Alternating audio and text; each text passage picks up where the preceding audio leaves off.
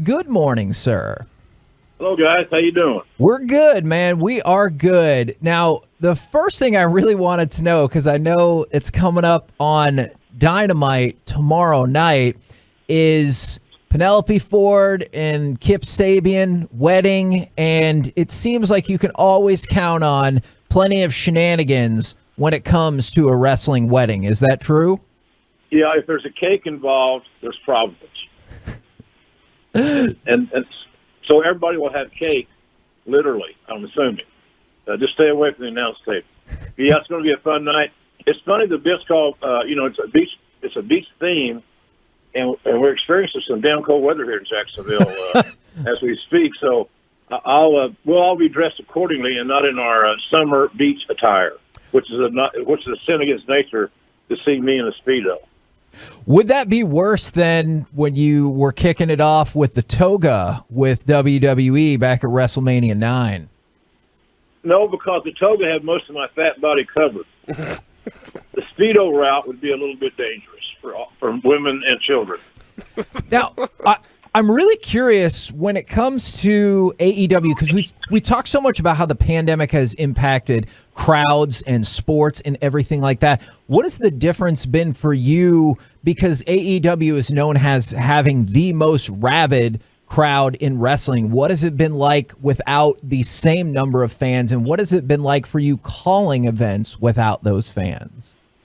Well, it's certainly been an adjustment. No doubt about that. Our audience, our key demographic that we do so well in on Wednesday nights on TNT is men 18 to 49 and 18 to 34. Contrastingly, WWE's key demographic right now is 50 plus. So we have a very young, enthusiastic audience. What I figured out is this: I work off the monitor, whereas we had a full house. I'll peek every now and then to see what the fans are doing. That's not really an option right now to any large degree. So I watch my monitor and I crank up my levels where it simulates we have people and noise. So it's an adjustment, but nothing we haven't been able to take care of and work through. Now, the rise of what AEW's done, the excitement level is phenomenal, and the fan base has become very strong and rabid. And I'm kind of curious, were you expecting it to take off this way whenever the idea first got pitched to you? I thought that we had a fighting chance.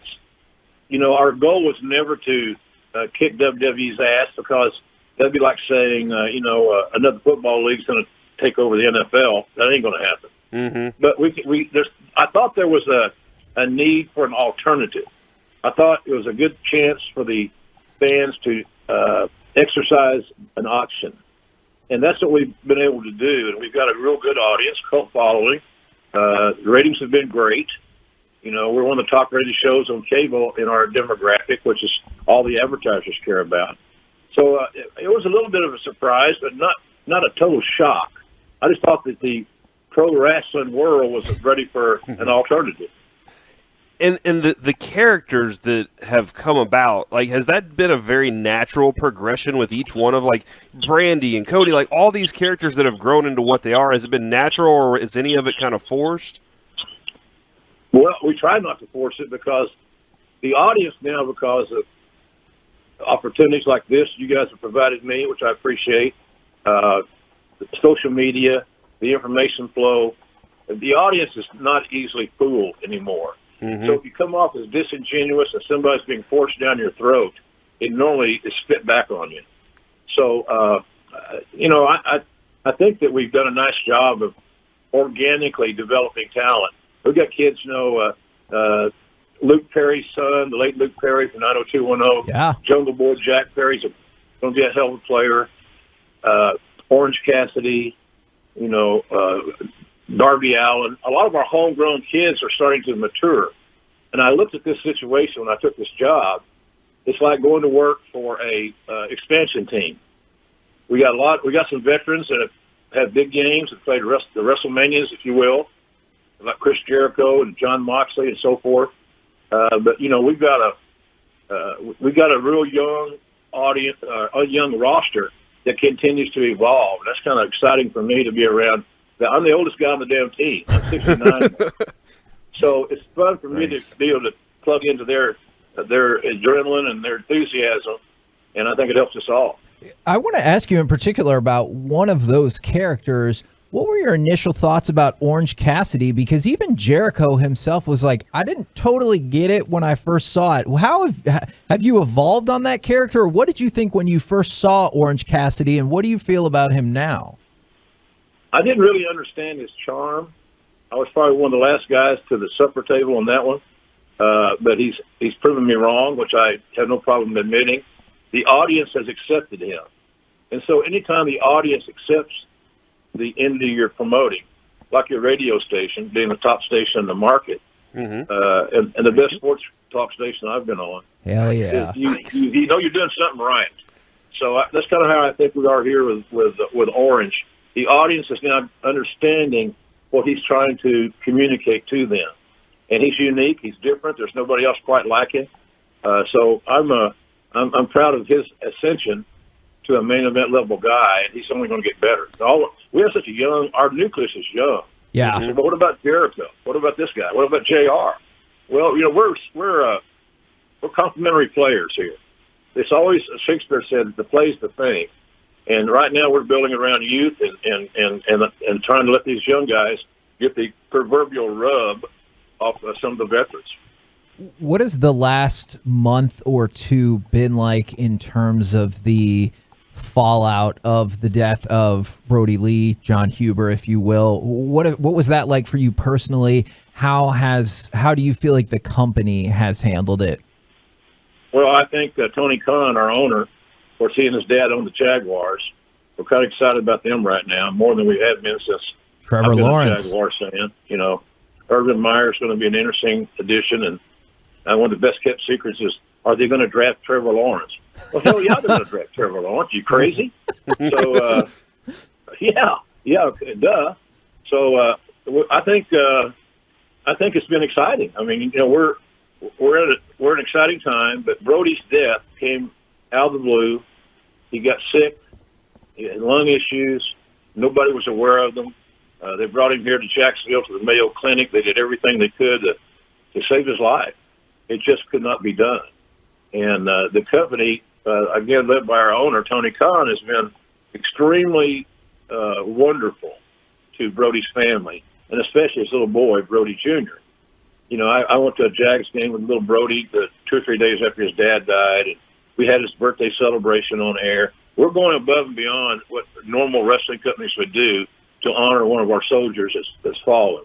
So I think I'm very proud to be associated with AEW because of the benevolency of trying to memorialize the honor and the memory of this guy, who was one of the best guys, fellas. If you all met him, you'd agree. He's the kind of guy you just want to be friends with. He's a sweetheart of a fella, and so we're going to stand by the family and continue to support them. And every night on Wednesday nights, if you'll hear it tomorrow night, it's Wednesday night, and you know what that means. It's time for Dynamite. He tweeted that out every week when he was with us. Every single week, that was his normal tweet. So I start the show off with that, and we'll continue to do so until they call the dogs off. Jim Ross joining us at JR's Barbecue on Twitter. You want to give him a follow there? He's got 1.7 million, so let's just keep adding to that one, I guess.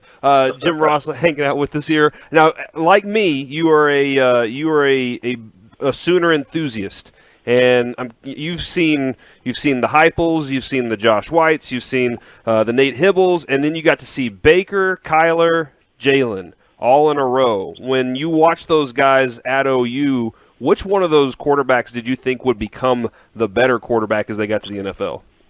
Oh, man, good question. Well, I think my answer would probably be Baker, because Baker's improvement year to year was exponential. He kept getting better. He figured out to get the ball out of his hand. He figured out that if he got out of the pocket from time to time, that he's going to buy himself and the receivers more time to get open. But certainly, I'm not dissing the athleticism of Kyler Murray. I mean, my God, his history and his track record is amazing, and he's doing great for the Cardinals. So, but I think Baker would probably get the nod just a little bit over Kyler, and certainly Kyler being a number one draft pick it's hard to pick holes in that situation. So Baker would probably be my guy. And the other thing, too, is that I became friends with Baker. His redshirt year, he was in street clothes. I was on the sideline most weeks with Coach Stick's guys, and Bob's a great friend. So I got to know him, and so we're still friends. So that kind of affects my opinion. But Baker would be my guy. Well, to be on top of that, then, like, with what he went through in Cleveland, did he express that he was kind of frustrated, like, with what was going on, as he had to change coaching staffs, and then now he's got Stefanski, and they seem to have a different culture there? Baker never really gave me any excuses. Okay. Basically, the bottom line would be, we got a lot of work to do, and I'm here to do the work. I'm the quarterback. I'm going to lead this team. We're going to be all right. Just give us a little bit of time. Stefanski was the difference maker. Yeah. He pulled everything together. They got a pretty nice roster. They had a nice playoff run, considering where the Browns have come from. Yeah. So, but Baker never just bitch about a lot of things. He's quite frankly very competitive. He's a tough-minded kid, and sometimes to his own discredit. I was at the what's it called, the Horseshoe in Ohio State, when he planted the flag in artificial turf. I thought that was kind of funny. Nothing grows in turf, but nonetheless, he expressed himself. And so I think he's got himself under control a little better in that regard. He's very competitive, as I said. He's got a little bit of an attitude. He knows he's undersized. He's the littlest dog in that fight, but he doesn't really care about the size. Do you have any suggestions for how we might fix our own professional football team out here in Dallas? Oh, man. How much time we got? We'll tell the affiliates we're running long. Yeah, right. That always works. I would say figure out your quarterback situation. You're not going to win. You're not going to get to the promised land without a quarterback that you can count on, you believe in. And in all due respect to that redheaded kid from TCU, right? He's done a hell of a job there, quite frankly. He didn't walk into the Cleaver household here, a little dysfunctional. But I think getting the quarterback situation to settle is going to be one thing. And, who's to say that Dak Prescott's even going to be there come this next season? I think that is what some of us fear, and I guess there's other fans that actually want that to happen. I'm curious. I know we've talked a lot about AEW, and y'all talked a lot about y'all's young stars and how you balance it out. What did you think of with the WWE, with having an older star coming back and Edge winning the men's Rumble versus Bianca Belair with the women's Rumble? Do you like that strategy, or do you think WWE, it seems like they've kind of struggled to build those new stars?